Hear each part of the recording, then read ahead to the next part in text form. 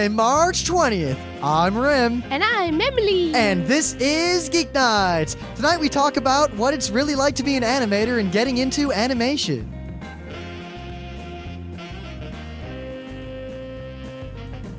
Let's do this.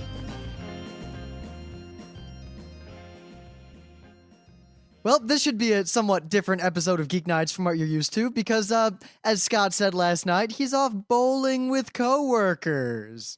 And so in place of Scott, you've got your own personal headphone musme, Emily.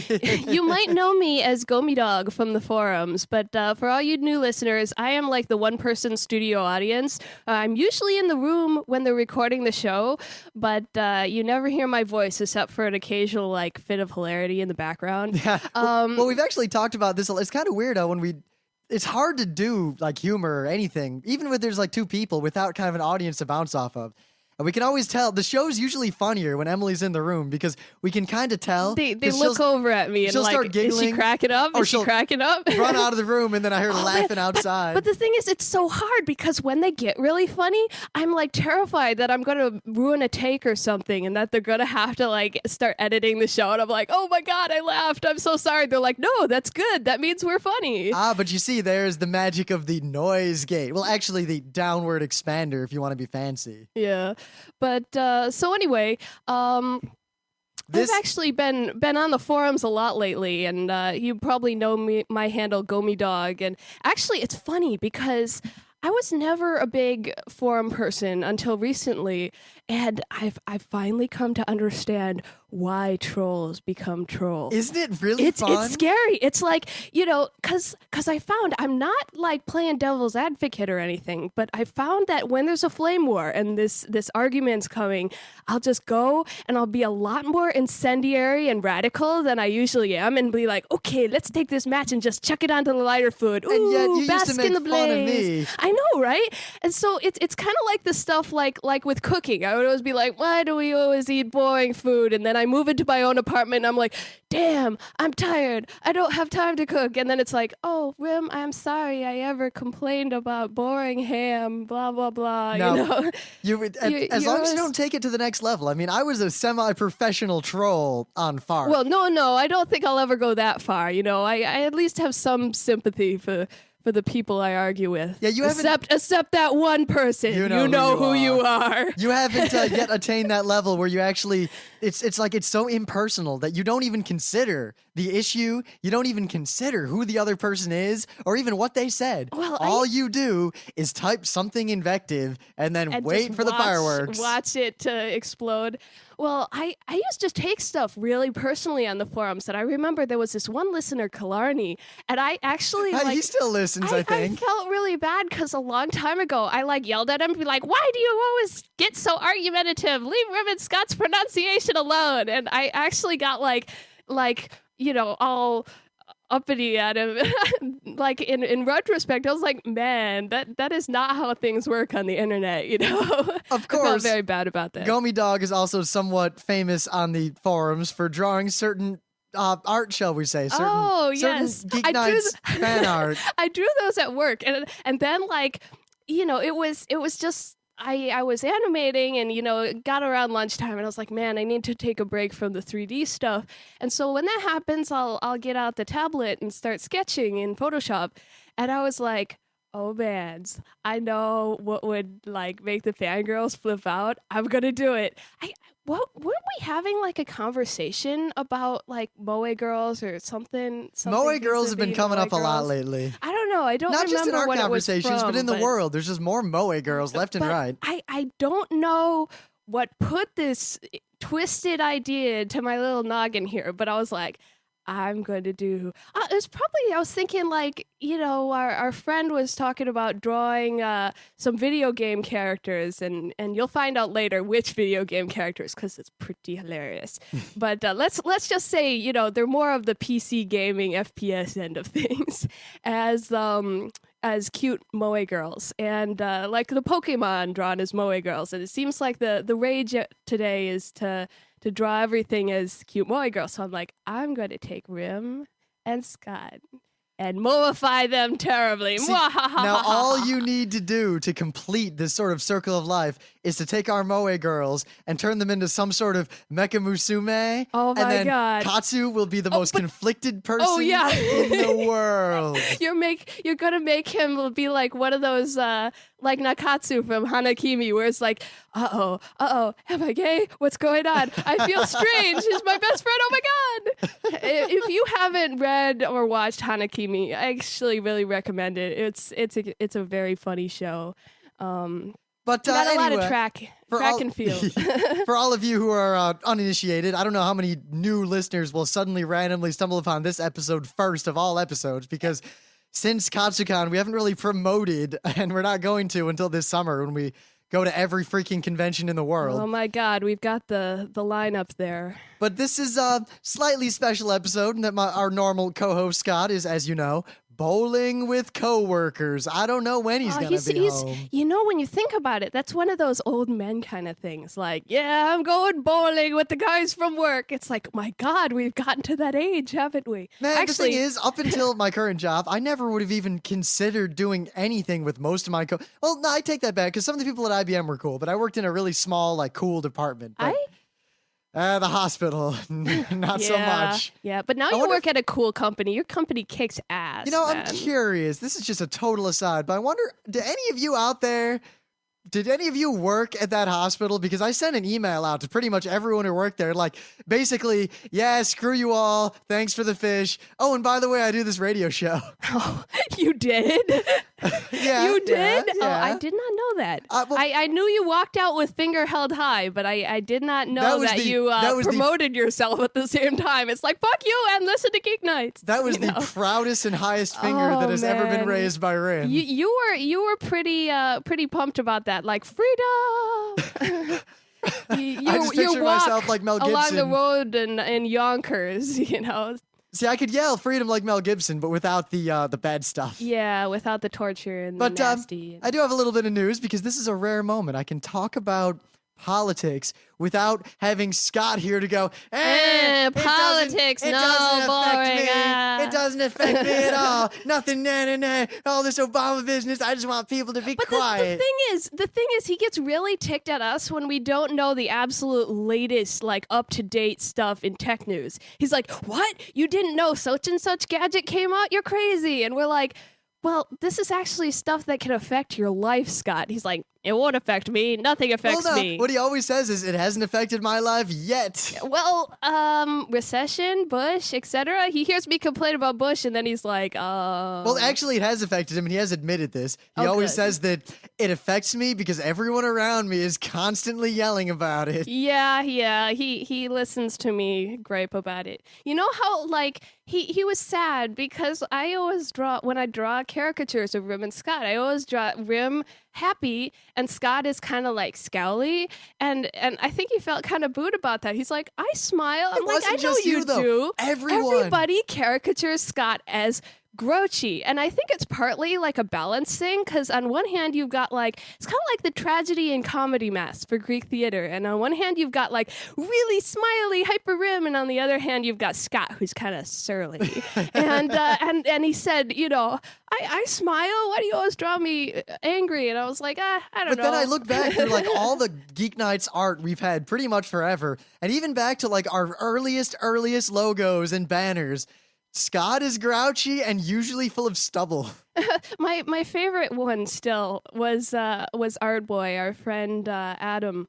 He drew a caricature of the whole crew, and actually I liked mine too, because I was, like, in the background going wild, and I had, like, these really round eyes, like, wee, and I was like, yeah, that pretty much captures it.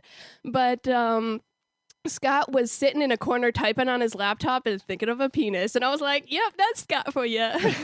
So I love Scott, though. He's sometimes we butt heads, because actually sometimes. Oh yeah, sometimes, but you know, it's not just you and Scott. It's pretty much everyone and Scott, except to a large degree me, but that's partly because, as far as I've been told, I'm the most laid-back human being on Earth. No, you have no idea, okay? Rim is egotistical, but he's like the most patient. Yeah, you are. But Oh that's no, okay. I was confirming it. I was acknowledging it. Much like We're Confaz as he just- debates murdering his uncle to take control of the empire. I don't get it. I don't think I'm gonna commit patricide just yet, though. You shouldn't. That would be bad. I'm all about the But, hubris.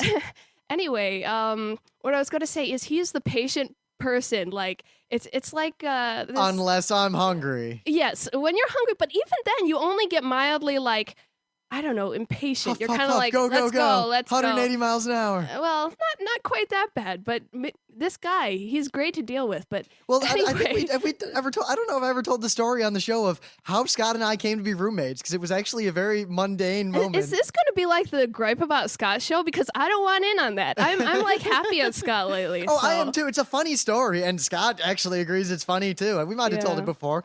Me, Scott, Alex, and probably the only person who's ever removed themselves from the front row crew. Oh, may he rest in peace. Yeah, he is dead to us or something. He's But no, the four of us are gonna, we want an apartment together, and there's this crazy lottery at RIT because there's no housing, and we go in.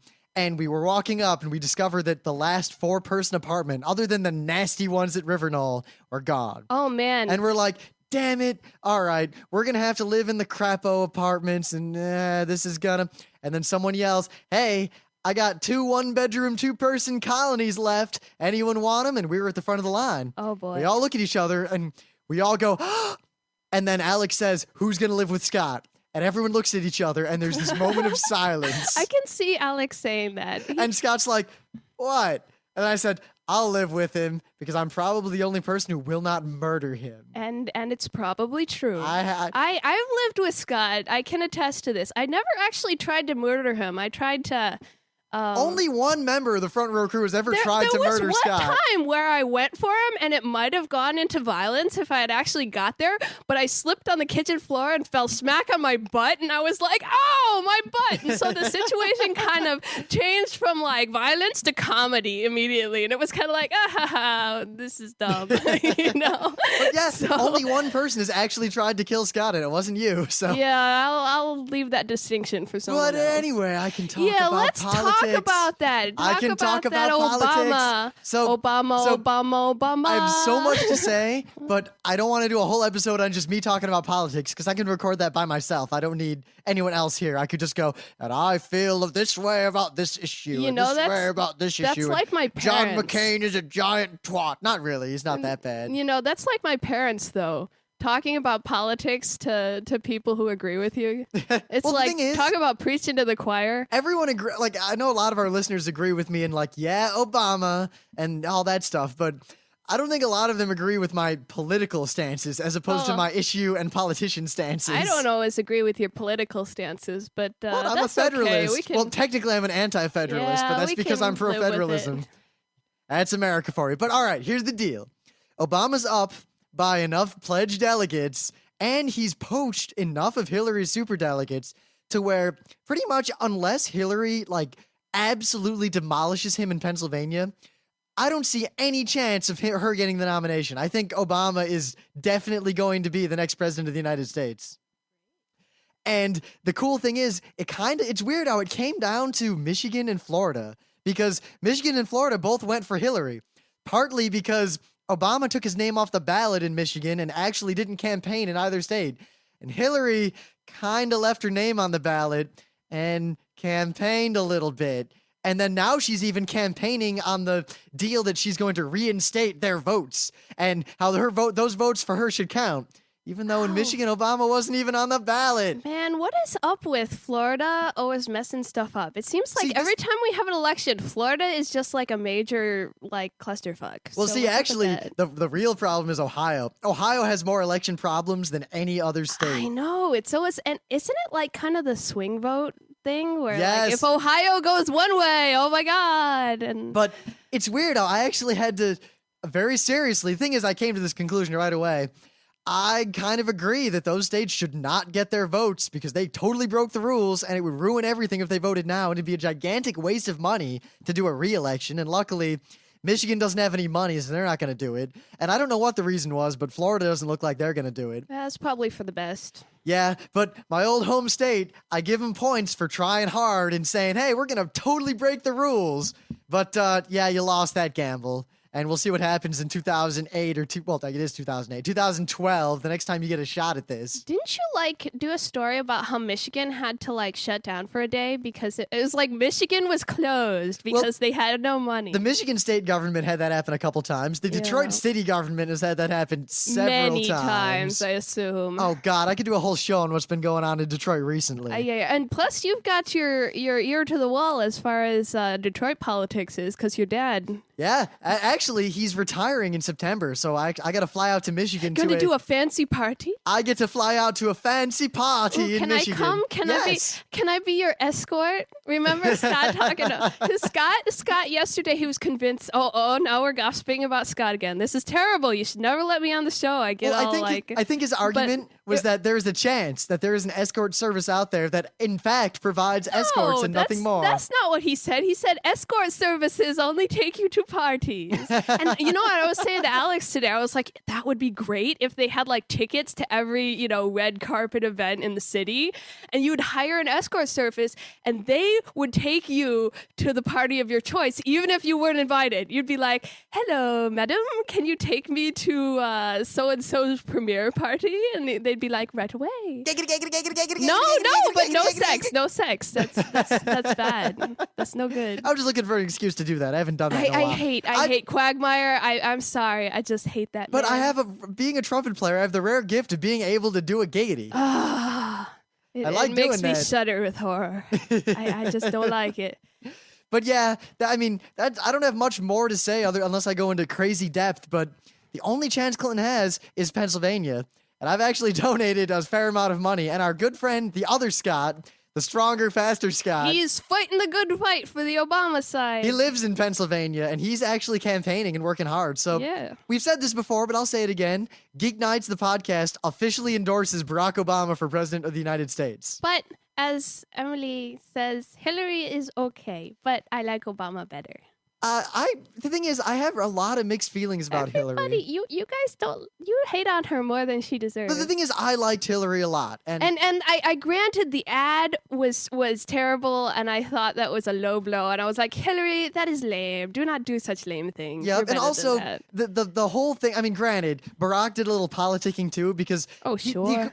Well, they're politicians. Doing politicking is kind of expected, isn't it? Well, not so much, because Barack's actually done very little politicking, playing the political game. And I think the biggest example of that was after his former minister, or whatever they call it in whatever church he claims to be a member of, claims was all to be a member. White rich people, blah, black, blah. And it was going to turn this big media storm, and he gave that speech. And I think that was a fantastic speech. And that was totally not the politicking speech. Yeah. Because that was the speech that keeps that issue right in the limelight. Barack is the man. He's also pretty sexy. That smile is so just perfect. Okay, now I've got two men I've got to worry about. Neil Gaiman and Barack Obama. Yeah, I'm sorry. Forbid. If Neil Gaiman and Barack Obama are the presidential ticket and they happen to show up at a fancy dinner party, that's the end. Oh no. So anyway. But mostly my mixed feelings on Hillary come from a lot of the politicking she's been doing, and also the fact that I still can't get over that she actually voted for the war, because I can't fathom anyone ever thinking that was a good idea. Yeah, ever. I don't know. And all she had to do was say, you know what, I voted for the war, and that was a mistake. But no, she stands by that vote. That bothers me. That really does. I like it when people can admit their mistakes. It's because it's better to admit your mistakes than to have everybody know you made a mistake and be like, what mistake? It's obvious you did something bad. Just own up to it, and then we'll forgive you, maybe. So anyway, there was another thing we wanted to talk about involving people in the streets with flags who are very angry. All that Tibetan. And I'm very angry, too. Free Tibet. Mad as hell. Free Tibet. I said it. It's on the internet. What's China going to do about it? Yeah, well, they probably don't let them listen to Geeknights China's anyway. just been so, they don't...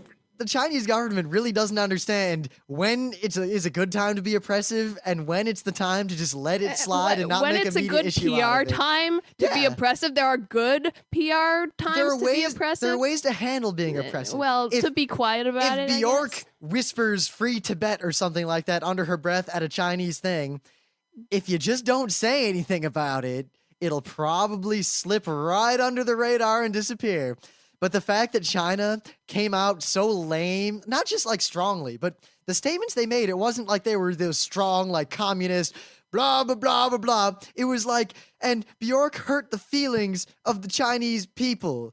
And I almost laughed out loud when I read that. And it's like, and you physically hurt a lot of demonstrators, so Granted, shame on you. Shame. I mean, to their credit, the violence has been in both directions Oh, now. sure. There have been And riots. anytime you get one of those, the tensions come to a head in any situation, you're going to have people throwing stones on both sides of the fight. So. Of course, Bjork totally backed down and was like, I just whispered it under my breath. I wasn't going to make a big deal out of it. And meanwhile, China's like, Yeah. well, we're totally going to ban you from China, Bjork. Yeah, well, she's crazy anyway. Of course, she's not the only. I mean, China has done a lot of. Look up anything involving China and foreign entertainers lately because there's yeah. been some utter hilarity. And I really feel bad for Chinese people who actually want to listen to music. Yeah, I have issues with China, but anyway, so about the protests, I was when I was with Taguchi-san taking him around, we did the whole tour all around Manhattan, and I was like,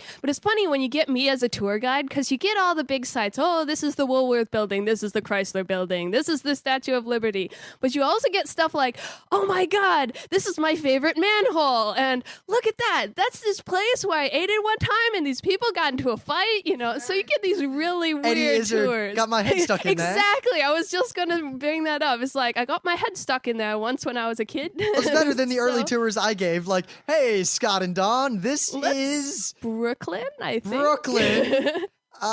In my mind, crap, express train. Totally didn't look. Yeah, I wanted to show you that clock tower there. But that's so good. Actually, that clock tower, it's a famous building. Yeah, so, but I didn't know what it was, so I made stuff up. It's a bank. And actually, the reason why I found this out on the tour bus. I actually went on a tour bus for the first time ever in New York City. It was actually kind of fun. If anybody else comes to visit, I think we'll do that. But so we took this tour all around. We went downtown. We went through Brooklyn, and I found out that the only that big bank building is like the only skyscraper in that area because they were going to do a whole bunch of other ones. But the day the bank's doors opened and that building was complete, the stock market crashed, like the day of. And it was just like, oh, so much for that plan. No thanks. Man, that's actually the only bad thing about my job is that in these troubled economic times, I have a lot to say, but I am now federally barred from saying it. Yeah, just promise me now that we're, facing a recession, as many people are saying, you won't be out on any window ledges like they were in the 20s. But see, I'm not a stock trader. It's the that's the the damnedest thing. thing. If the stock market goes up, I can make a whole bunch of money. But if the stock market goes down, I have equal opportunities to make money. As long as the stock market doesn't just sit there and not go anywhere, as long as people are buying and selling stock, I don't have to worry about if stock is good or not. And any trades I make are fake in the testing server. So yeah. Speaking of Brooklyn, though, today is a very special day for me. It's Japan Day. You should all that celebrate it is. Japan Day. Because 6 years ago and 2 years ago, actually, 6 years ago today, I first set foot on Japanese soil. And then 2 years ago, I had another plane flight over to Japan for college. And I think we should go to Brooklyn to the botanical gardens to check out the cherry blossoms in a few months. Do a little hanami, get some booze, and sit out under the trees, be like, woo, yay. I could be up for that.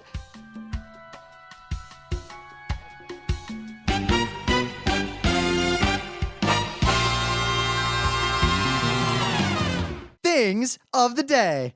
Now, Scott probably wanted to use this as a thing of the day, but You're gonna he's yoink it right out not from under here. his feet. Of course, I think I have a right because I actually saw it before he did. I can say that because Oh, dibs. for like hours last night, Scott's like, oh, Rim, you got to see this hockey video. After the show, you got to watch this hockey video. Oh my God, this hockey video. A hockey fight? It's not a hockey fight. So we go Oh. downstairs and I'm like, Scott, is this a video where the guy shoots that shorthanded goal from across the rink? And he's like, oh, like, yeah, I saw it on College Humor. That's probably where you found it, isn't it? He's like, ah.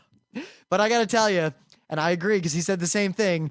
This video did nothing but make my blood boil to see some hockey. And I got to go to a hockey game or I'm going to go crazy. I've been thinking about the Rangers so much lately. I don't know why, but it's like I keep seeing people with jerseys and jackets and stuff. And every time I see the Rangers thing, I'm like, man, I kind of want to go watch some hockey. Well, that night when we were stuck in Manhattan for a while because the trains we were all were busted. thinking about it. Because we're walking, we got to go to Penn Station. We go past all the Rangers people.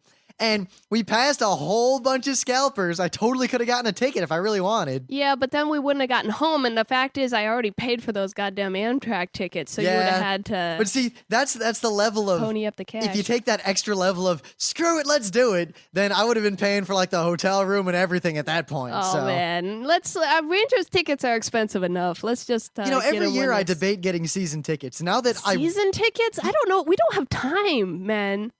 I would go to a lot of hockey games if I had season tickets. Maybe. Especially because the only reason I discounted it before was that I worked in the Bronx, not in Manhattan. It would have totally sucked to go to a hockey game in Manhattan from the Bronx. But now I basically work at Grand Central. I can just go right there. It kind of rocks that we all work in the city now. And Alex and I work in the exact same place, no less. You know, Yep. we're like in the same office. And I'm like, aren't you sick of me yet? Are you sick of me yet?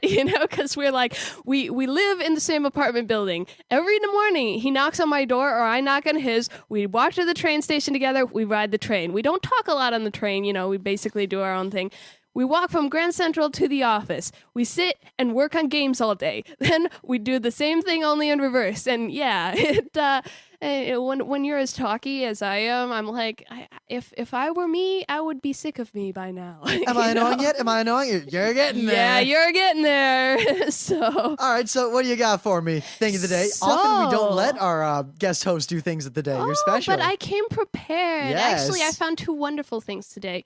But I've been deliciousing it up lately. Delicious is so excellent. Oh yeah, it's like I signed up for it a long time ago because Rim and Scott were like, use this. It was like years ago. I remember Scott showing it to me. The first time I saw it was on a train going to my internship, and that was like more 2.5 years ago or something. So I've had a Delicious account for a long time, but I never really used it. And then now I started working.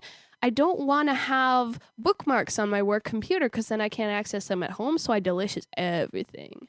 But anyway, I found this thing, and I thought it was very appropriate for Japan Day.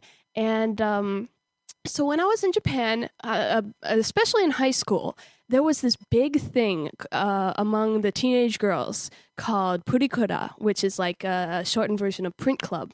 There's these little stickers that you get in the photo booths in game centers in Japan. So you go to arcade, and it's like $4. Well, 400 yen, and you put in the coins, and everybody does a pose, and then you draw all over it, and it prints out this page of stickers, and then you cut them apart and paste them in your album.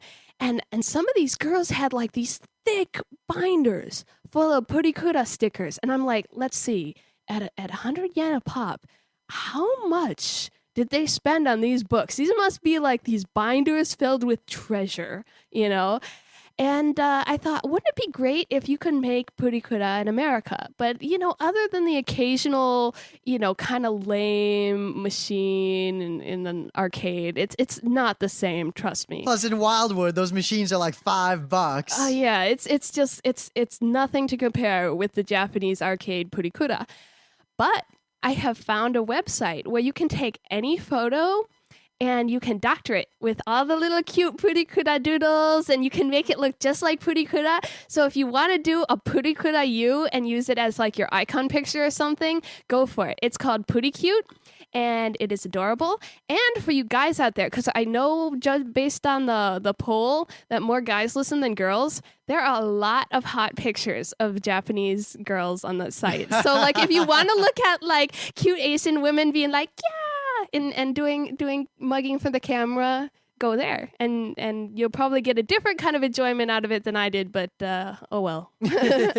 So. But anyway, now tonight we've got a bunch of shows like this lined up, but this is a good way to start it off. We've been really thinking about getting a lot of people who are in various professions that geeks might be interested in, or might not be interested in, but also might not realize exactly what they're about just yet. Actually, Alex asked me today. He brought up the idea of you posed a while back about working in the game industry.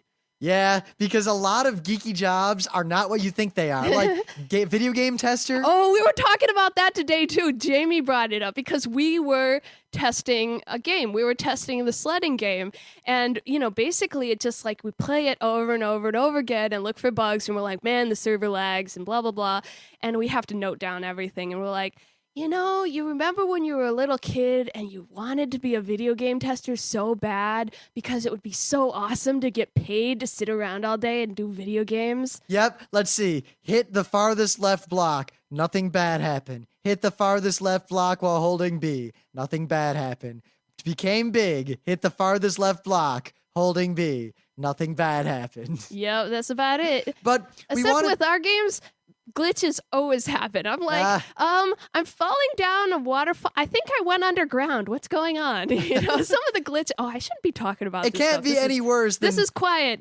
It can't be any worse than Baby Moses flying off into the trust me, sky. it's a lot better than Baby Moses. But we really want to do a whole series because a lot of the people in the front row crew are in a lot of different fields, and we want to talk about from their perspective, what it's actually really for serious like to be in that profession and what you actually have to do if you want to enter that profession. And since Emily is in a profession that's interesting to a lot of you, particularly probably a lot of the fans. Wednesday night listeners. Jealousy, eh? I'm an animator, but do you wait until you hear the episode to decide whether or not you want to be jealous or not. So what exactly would you say that your title would be? Well, I am my letter when I got hired said I'm a virtual world character designer, but which is like amazing. Like, I love telling people what I do because they go, ooh. But basically, I am the art department at this really small internet startup where we're designing games and doing some web applications and stuff. And real small scale operation, but really fun. And I'm basically the art department. I am the jack of all trades for the visual part of the 3D. And so I do everything from modeling to texturing to the actual animation of the characters. And, it started where I drew a lot of sketches and said, what sort of characters do you want to go with? What is the style we want to present here? And, I took a bunch of reference images from like everything from Wind Waker to Triplets of Belleville, just lots of different things to show to my boss and say, so what are we going for here? And that's basically, the sketching out and deciding the look of the characters is what a character designer does. But like I said, I do basically everything. Drawing and modeling, and I can say, oh yes, my name's Emily Compton and I model for a living, and people go, really? With this look of disbelief on their face. I'm like, not the modeling you're thinking of, hee hee. But anyway, so about getting into animation, which is the actual title of this show, I hear a lot of people who are into anime say they really want to be animators, and I gotta tell you, it's an awesome job. But there are some things that I think you need to know about it before you actually become seriously interested in that as a career path. And one of the things I want to bring up is being an animator really kind of isn't something you just one day you decide you want to do. It's kind of like, oh, I like anime. Maybe I'll be an animator. See, I think it's important to be drawing from a very young age. And so, like, you have to be first interested in art and then become interested in animation, I think. And then you'll kind of develop better as an animator. Whereas if you were in something completely different, like programming, and then one day you said, I'm going to start drawing, it doesn't really work out so well. It's very difficult. Well, I think you said before that there were people you were going to school with who were they were in animation programs, they wanted to animate, but they couldn't actually draw so well. It's like there are people and there are jobs available in the animation industry even if you don't have the technical skills. And I mean, I'm not going to lie to you. I'm not even the greatest artist. I'm just, run of the mill, middle of the pack kind of deal. And you've got some people in art school that will just blow you away. Like I have this friend who works for Pixar, and he's a great guy because he draws like just insanely well, but he's just like the most laid back, down to earth. He's such a good buddy. But anyway, so when you're looking into animation schools and stuff, you gotta understand that there's going to be a wide range of people attending, and you're probably got to get over any sort of artistic competition you have, because otherwise you're just going to be like pissed off and miserable the whole time, because there are going to be people who are better than you. But there are people who are into art as a hobby and say they go to school for engineering. I remember, Rim, you wrote an article for Imagine FX, right? I did, but it was about Otakon. Yeah, but anyway, there's this illustration magazine called Imagine FX, and they've got some really, really good artists. It's actually a pretty cool magazine. It's expensive as all get out. Those two magazines, the CG World and Imagine FX, every time I passed the newsstand, I was like, drool, but they're $15, but drool, but $15. Man, I was that way with PC Gamer terrible. It's like as soon as I finally, okay, I'm not buying New Type. Years ago, I kind of, quit New Type, and then it was just like, oh, but I found this new magazine, and it's $15, which is even more expensive than New Type. But so anyway, Imagine FX, they had this article on this one creator, and he went to school for engineering, and then he finished his degree, and he decided that he wanted to be a character designer, and he had done art as a hobby. And I think that's the important thing. You don't necessarily have to go to school for animation, although it helps, but you have to have this interest in art, and you have to not just like anime and want to be making anime, to really like to draw, and to draw all your life, and to just look at the world and think, what do I want to draw? All the time. And my teacher described it as like a satellite dish. You're always constantly looking around and trying to pick stuff up. And an animator, actually, there's a step more than that, because a visual artist, they're looking at objects and thinking about drawing and just taking the world in through their eyes. But an animator also looks at how things move. And so it's like I'll be sitting on the subway and being like, man, that guy walks funny. I'll have to remember that. And so it's like in my head, I'm always thinking, oh, that moves weird. I'll have to remember that. And so anyway, you got any questions about whether it's fun to animate? Well, actually, I was curious too about in terms of what's it like in school. Like, what's it like to be in school actually doing animation for grades and learning all this stuff? Freaking awesome, except for the times when you're up all night, like bags under your eyes. And one time, actually, I remember this very clearly, staying up and pulling an all-nighter on an animation project, because I remembered it thunderstormed and I saw lightning strike the Con Ed building. And that was pretty cool. And it was like 4 a.m. I was like, ooh, if I hadn't been staying up doing homework, I never would have seen this awesome sight, So, but I loved art school. I went to NYU's Tisch School of the Arts. So, I mean, my impression of college life might be kind of changed by the fact that it was like downtown Manhattan in Greenwich Village. So it was actually quite a different experience from going to RIT and doing animation. But really, I tell you this much. If you decide to go into especially computer animation, you will meet some of the most geeky, laid-back people. And like a lot of my friends who are in animation, they're just really quirky, really easy to talk to. It seems like animation attracts a certain kind of interesting personality. And I remember just animation floor had the best couch too. That's a complete aside, but I remember after those all-nighters, I used to go to the 8th floor and just lie down the couch like, you are my friend. But I'd open those doors to the 8th floor, and it was just like, I'm home. I loved the animation program at NYU. So it was great. Getting out of college, how do you get a job in animation? I mean, are they Oh. just in the major cities, or? Well, actually, there are animation jobs outside the major cities, but they're very limited. And you'll probably find yourself doing a lot of motion graphics, which is like make stuff slide across the screen during commercials, or, make exploding text during commercials. And so the main two hubs, there's also stuff in Canada. So if you're in Toronto or something, and I can only speak about the United States because I'm not really sure about, say Europe or, but New York, LA, that's your choice. So I was born and raised in New York, so I really prefer the East Coast, but I'm not completely adverse to the idea of someday going out to LA to work for a bigger studio.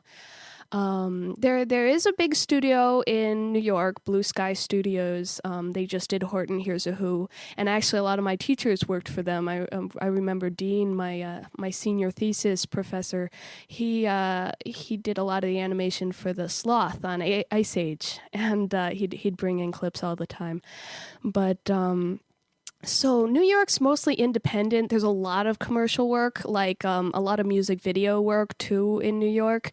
But if you want to do something like Disney or Pixar or any of the really big names, those are all out on the West Coast. So actually, my own story about how I got a job at my company, So Sauce, doing the game animation, that was completely random.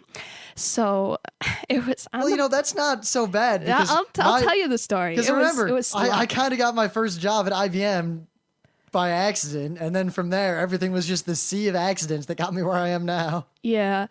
So I'll tell you the story because it's kind of a funny story. But I remember there was a note pinned up on the bulletin board on the 8th floor that was like $1,000 character design contest, and it had 2 stick figures on it. And I was like, who in their right mind with a flyer like this would give someone $1,000 for a character design contest? This is crazy.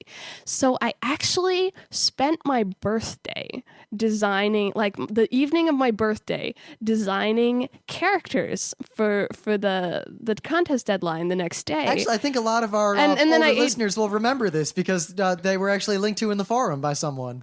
Oh, I was so sad though. It was like it's raining and I ate Mexican food by myself and I spent my birthday drawing in my room, and it was a melancholy birthday. And then my friends called me and were like, "Let's go out tomorrow." So that was all okay. But so anyway, I submitted. And they had a judging, and you might remember this if you've been on the forums a long time, because I did kind of forum spam with the vote for me days, and but you did it cleverly in the I won't tell you which ones are mine. Yeah, no, I thought I did. I thought I posted a picture. I think you might have. I don't remember. I did. I posted a picture, be like, look at my characters, check them out. If you like them, vote for me. Yeah. Maybe it's because I remember seeing them and not knowing which ones were yours ahead of time, but being able to pick out easily which ones were yours. Yeah, because they looked kind of Scott Pilgrim-y. And my parents picked out these really anime-esque ones, and they're like, these are yours, right? But I really like these other ones better. I was like, no, the ones you like are mine. The other ones, those anime ones, those aren't mine. But so that was fun. But I didn't win.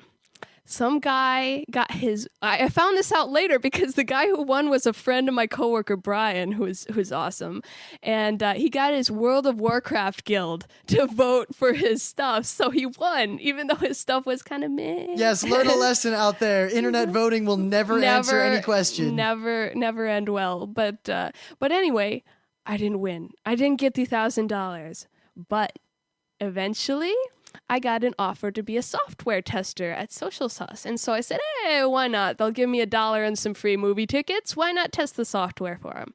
So I did, and I talked to them, and I did this a few times, kind of got to know the boss a little bit, and, gave lots of bossy advice in focus groups about their photo application and stuff like that.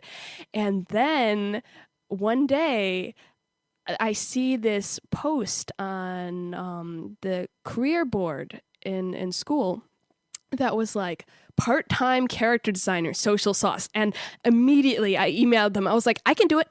Me. I'm graduating soon. And they're like, okay. And so they interviewed me, and it was kind of weird because we had known each other before, and like they had seen a lot of my stuff before. I was like, so what do you think? Think I can do the job? And they're like, yeah, you can do the job. And so it was weird luck. And then I thought back to it. I was like, man, if I hadn't spent that birthday drawing those characters, this chain of events wouldn't have happened. I wonder where I'd be now. And it was kind of weird. So take that into account. Like, never discount any context you have. Like, sometimes things just work out very well. That seems lucky. to go for like almost every profession. I mean, like IT and is the same way. Like everyone who you know matters a lot. Everyone is connected. See, I'm turning into Lane and be like, everyone is connected. Or Avatar when he goes to the swamp. I'm still mad that DVD Oh was my scratched. God. Rim's watching Avatar, and finally I have someone to geek out about it with around What are you here. talking?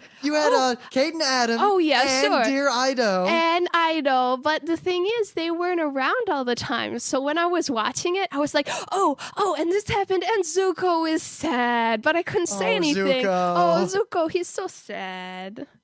I don't know, more and more I really like Sokka though. Sokka's kind of funny. I thought Sokka would appeal to you because that one quote, what was the quote, Wim?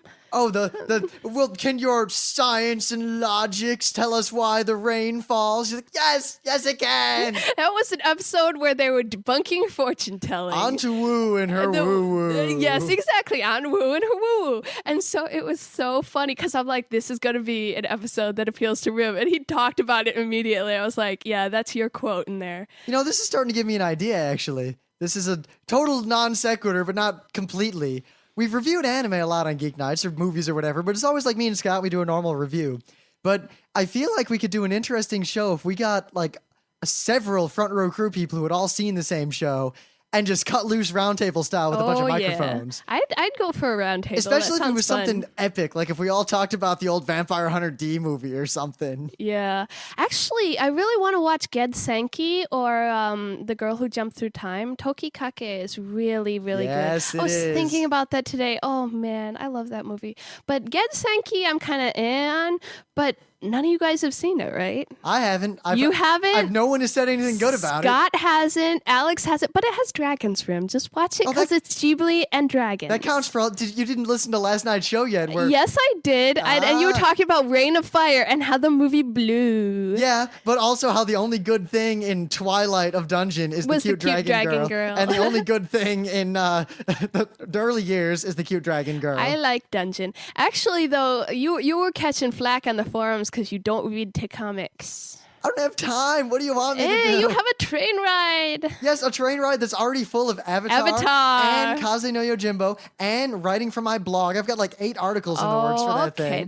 That's good. And That's a valiant I'm pursuit. Studying the Napoleonic Wars so I can run my Burning Wheel game. Oh and my God. I'm still studying Greek history. I know. You're very, very good. And Roman Studious history. man.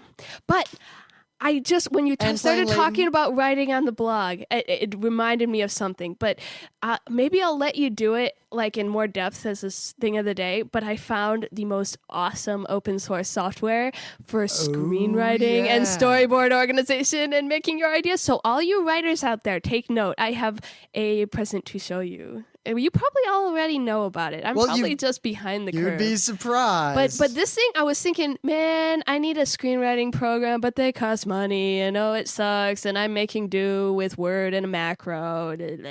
And then today I just stumbled across this. I was like, this is awesome and perfect, and it's actually cute for an open source GUI, you know? And anyway, So I don't know if I just rambled and you actually learned anything about what it's like to animate. But one thing I wanted to say in closing about debunking myths of animation is one, it's not, unless you're an independent filmmaker, it's not like I come up with an idea for an anime and I make it. It's like your boss gives you storyboards. They say, draw a guy jumping and then getting angry, and it should look like this. And then you make it with many, many drawings. And the thing with animation, as opposed to comics, I do comics to relax. I don't often animate in my spare time, but I think it's very technical. Like, animation is less artistic. Like, the keyframes, you have to have a good grasp of art, but it's a different kind of skill and it's a different kind of knowledge than what takes to draw a still image, because you're basically copying the same drawing with minor changes over and over for like tens of hundreds and dozens of times. And yeah, so it's very time consuming and can get really boring, but I tend to get into the groove. Like I'll put some music on and I'll work and then I fall into kind of a rhythm and I churn out the drawings. But it's definitely not the same kind of feeling you get when you draw a page of comic. But there is nothing like when you hit that playback or shoot a pencil test and then you see these drawings that were just drawings like come to life. And that's the thing that gets me about animation, is when you see a character that isn't real and yet you can give them life. And it's also kind of like it's great for a control freak like myself. This is why I wasn't meant for live action, because I'm like, it's raining, why can't I control the weather? Or why isn't the light just right now? In animation, you control everything. They are your puppets, you make them dance. But so just to let you know, one, the creative control you don't get as much unless you are, say, a script writer or a storyboard artist. Then you get a little bit more say over what it actually looks like as opposed to the execution. And let's see. So also, you're not usually doing it by yourself. You've got to work with a lot of other people, but that can be fun too. Because I remember working at the animation studio, the Animation Collective, which is doing Speed Racer, and I crashed with these two while I was working there. And I remember that every lunch hour we'd sit together and watch anime, and it was great. And everybody was geeky, everybody was cool. It was the most. Like I said, animators, cool, geeky, laid-back people for the most part. You get the occasional, really tense, wound, angry Disney file, but then, for the most part, yeah, animators are quirky and chill. So I think you'll meet a lot of cool people if that's the career you choose. And draw a lot. The end. Ijo desu. So I guess on that note, if anyone has any actual specific questions, I am sure Emily, aka Gomi Dog, will be happy to answer them for you in the thread for this show. And I'll make it into a flame war. And then I'll draw Scott as a moe girl. Good night to you all. Bonne nuit. Bonne nuit to you all. Okay.